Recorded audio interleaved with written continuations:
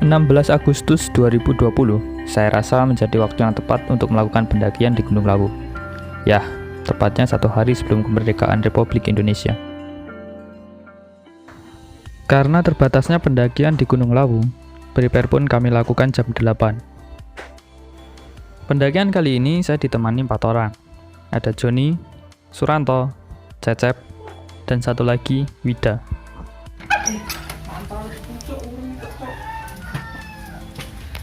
Oke bos. Sampai, yuk gas. Weh Sandi.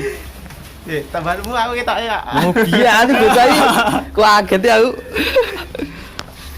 Ya kudu karek nunggani wong siji. Pendakian kali ini kami melewati jalur utama. Ya, Cemoro Sewu. Jalur terdekat dan juga jalur yang banyak menguras tenaga. Sibuk mentok, men.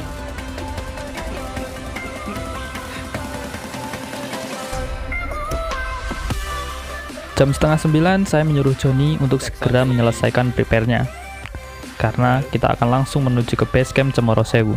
Ya, kita mau berangkat dulu. Ini sudah jam setengah 9. Semoga saja di base camp Cemoro Sewu masih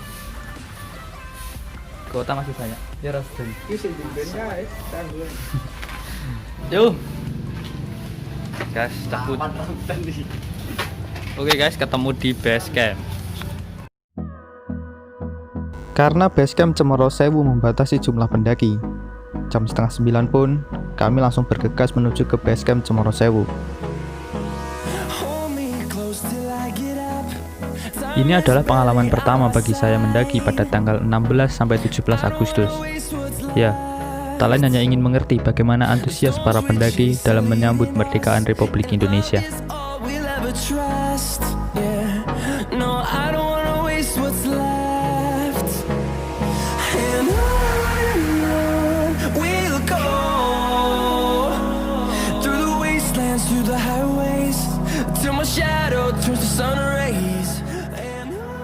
Setelah 30 menit perjalanan, kita pun sampai di base camp Cemoro Sewu. Karena parkiran base camp Cemoro Sewu penuh, kita pun menitipkan sepeda kita di penitipan sepeda perkampungan. Saya pun langsung menuju ke loket, agar segera mendapatkan formulir pendaftaran. Ya walaupun harus antri panjang, tapi hasilnya nggak mengecewakan. 1 jam nunggu baru dapat guys. Siapakah kau sebenarnya? Ayo, Lur.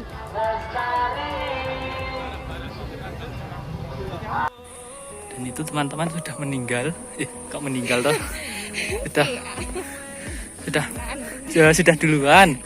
Kok meninggal. Setelah mendapatkan formulir pendaftaran dan juga tiket, kami pun langsung melanjutkan perjalanan guys. Dan inilah awal pendakian kita. Seperti biasa, tanjakan pertama inilah yang selalu menyambut kami dan juga pendaki lain. Tanjakan ini bisa dibilang cukup menguras tenaga.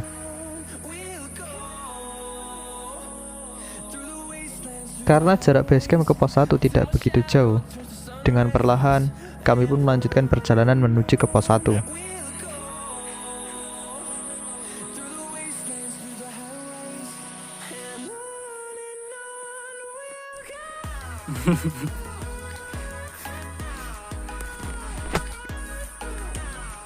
Kepanasan.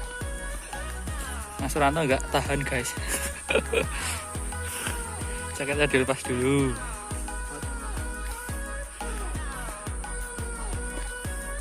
Weh.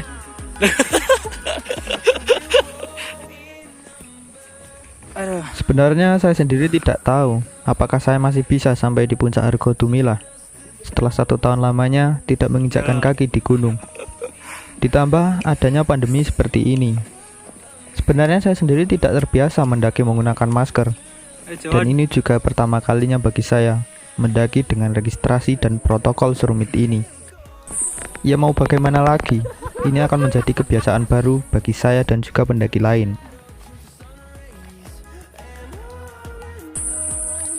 Ini sedang pengairan. Jangan lupa pengairan. Ya Allah.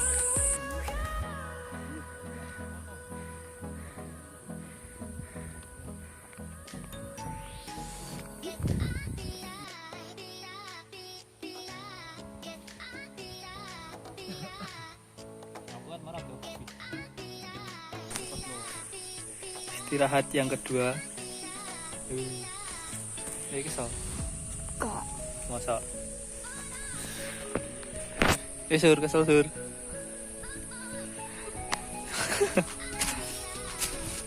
Tap. Ya, di depan. Setelah sudah. 30 Sampai menit di pos perjalanan, 1. Guys, akhirnya kita bisa sampai di pos 1.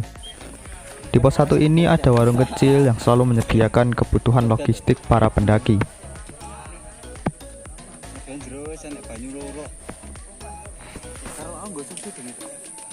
bebas selera. Oh, capek. Kowe lagi keluhan dulu, Sur. Rotine bukaan gak apa-apa, ayo dipangan sih. Iya, jane. Ya, bener. Jare pos loro.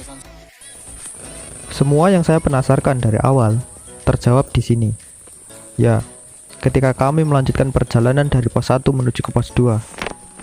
Dari sini bisa kita lihat begitu banyaknya para pendaki. Akan tetapi ada satu yang saya sayangkan. Mereka yang turun gunung selalu memprioritaskan dirinya daripada mereka yang sedang naik. Dan itulah faktor kemacetan waktu itu. Tapi mau bagaimana lagi? Yang bisa kami lakukan hanyalah berjalan perlahan, menunggu antrian dengan sabar. Saya rasa pendakian kali ini tidak kalah ramainya dengan Car Free Day. Jujur ini yang pertama kalinya bagi saya mendaki, bisa bertemu para pendaki sebanyak ini. Kami pun terus melanjutkan perjalanan menuju ke pos 2 untuk istirahat dan juga melakukan ibadah sholat. Iya, John.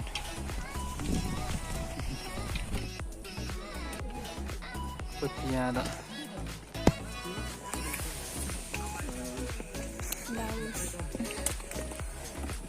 Ragas lah. Ragas.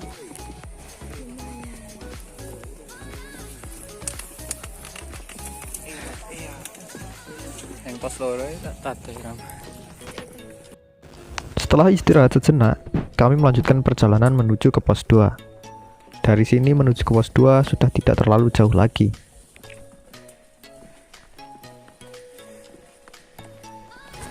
Setelah istirahat sejenak, kami pun melanjutkan perjalanan menuju ke pos 2. Dan ya, benar saja, di pos 2 sudah penuh dengan pendaki lain. Kang Diki. Cek kuat. Allah. Rame biar terus. Karena di pos 2 kami tidak menemukan tempat untuk ibadah sholat dan juga istirahat, kami memutuskan untuk lanjut menuju ke pos 3. Selepas dari pos 2, ini adalah jalur terekstrim menurut saya. Jalannya langsung naik dan juga berliku-liku, yang memaksa kita istirahat berkali-kali.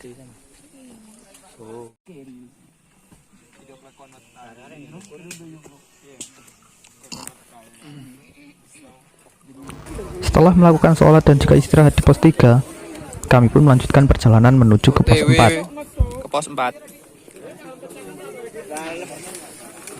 Dan dari sinilah feeling saya berkata bahwa nanti sore kami akan mendapatkan pemandangan yang sangat bagus. Ya, yaitu atas awan. Kami pun terus berusaha menuju ke pos 4. Ya, walaupun hanya dengan berjalan perlahan. Mengingat bahwa tenaga kita juga sudah mulai habis dan juga bau belerang yang mulai tercium di sini.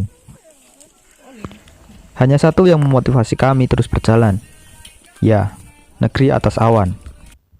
Pos 3 menuju ke pos 4 kembali memaksa kami untuk melakukan istirahat berkali-kali.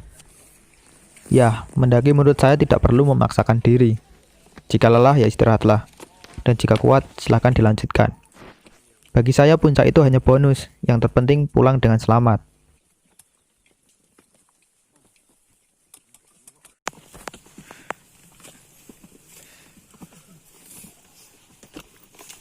Ketika kita sudah mencium bau belerang, itu tandanya pos 4 tidak jauh lagi. Dan ya, benar saja. Tidak memerlukan waktu lama, kami pun sampai di pos 4.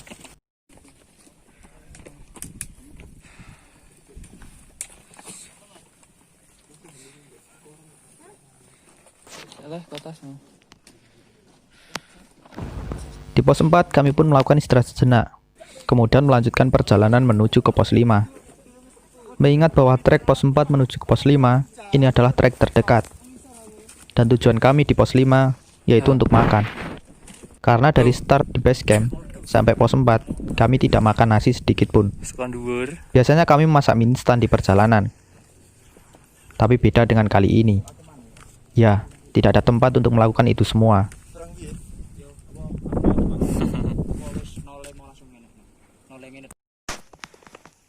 Jalan menuju ke pos Saya 5. sengaja tidak merekam perjalanan kami dari pos 5 menuju ke warung Boim tempat kami mendirikan tenda. Ya, karena setelah maghrib cuaca sudah mulai menjadi dingin. Saya hanya ingin mencegah terjadinya hal-hal yang tidak diinginkan. Sehingga kami fokus pada perjalanan. Istirahat, makan dulu. Mantap ya, tak? Kami bangun jam setengah 6. Kami pun langsung membuat kopi dan juga memasak mie instan. Ada Dimas ya. Ya, hitung-hitung untuk sarapan. Sembari menunggu matang, kami Gimana, sempatkan untuk melihat sunrise. Ya, demen bos.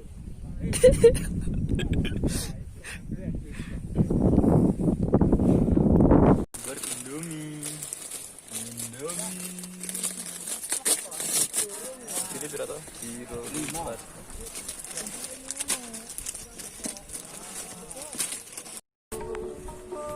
Ya, ini jam 7 pagi, kita mau menuju ke puncak, guys. Kita mau menuju ke puncak. Baru jam 7. Foto-foto. Ikuti terus sampai puncak nanti, oke?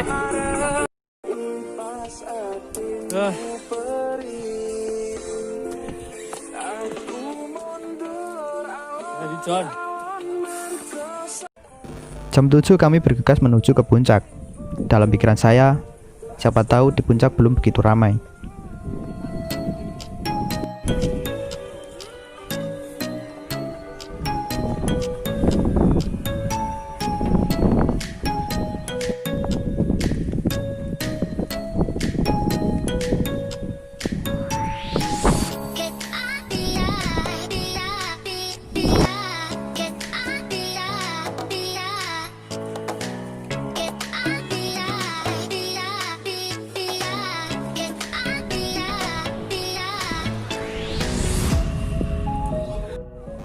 Kalau kemarin sore bisa disebut kami berada di atas awan. Kalau sekarang kami di bawah awan. Ya, seperti itulah kehidupan, men. Selalu berputar.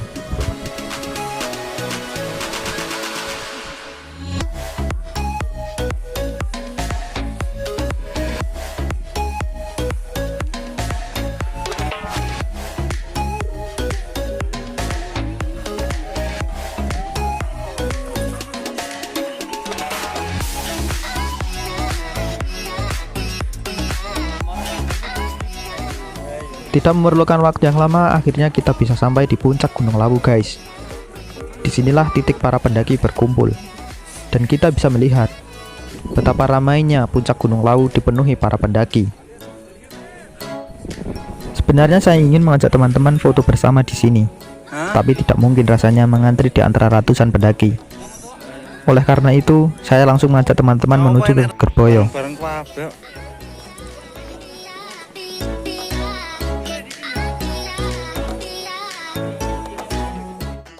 Di Gerboyo ini, kita bisa bersantai-santai dan menikmati keindahan alam.